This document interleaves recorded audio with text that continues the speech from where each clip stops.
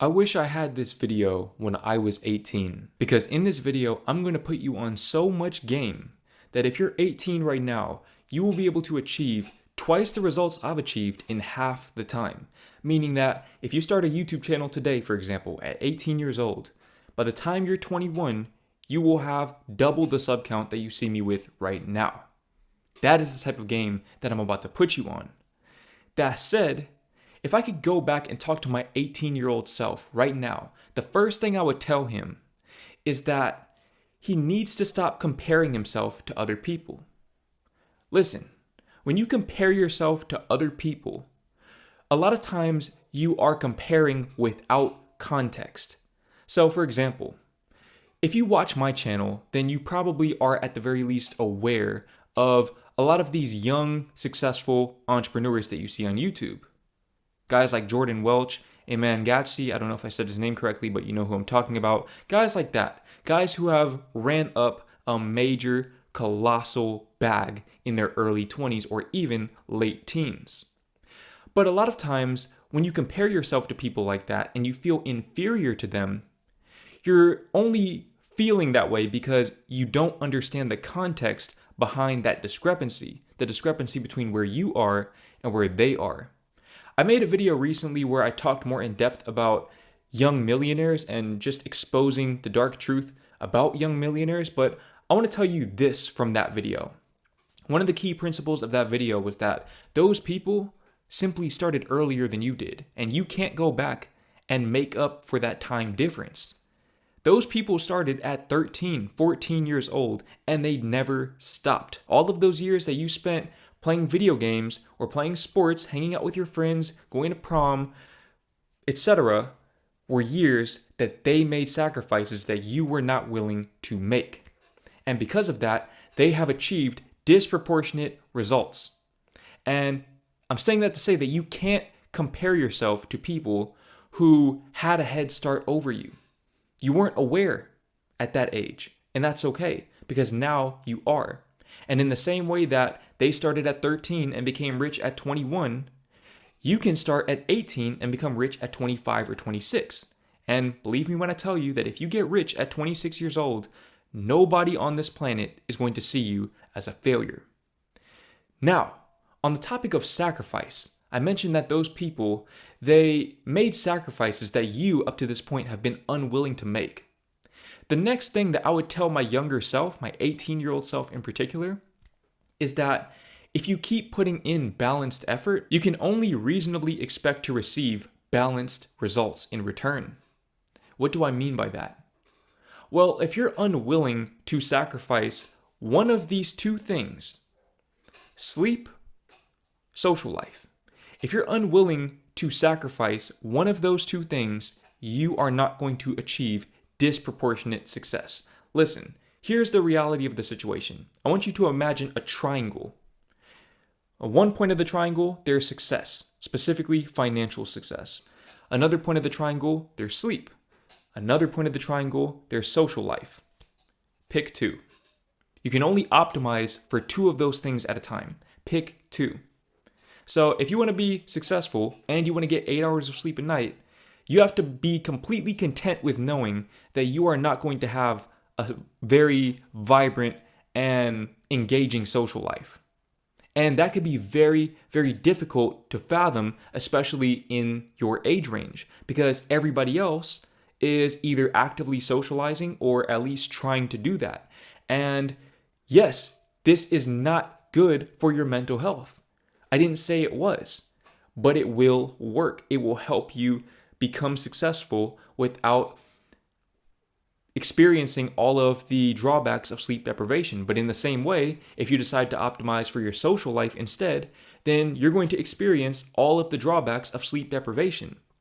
Or if you get 8 hours of sleep per night and you have a very vibrant social life, then you have to be content with never achieving your monetary goals, at least not within the time frame that you would like to achieve them in. Again, all of the people that you see, even myself included, at the level that I'm at. So not just me, but everybody above my level, all made these sacrifices.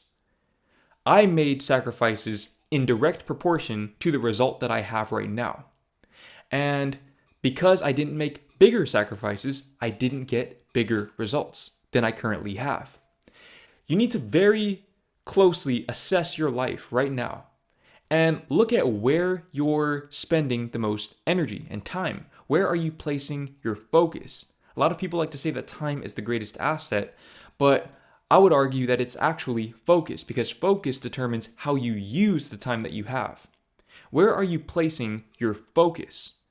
If you're focusing on things that the majority of people your age are focusing on, then you can only expect to receive the result that the majority of people your age are receiving, which, if you're watching this video, is probably not what you want.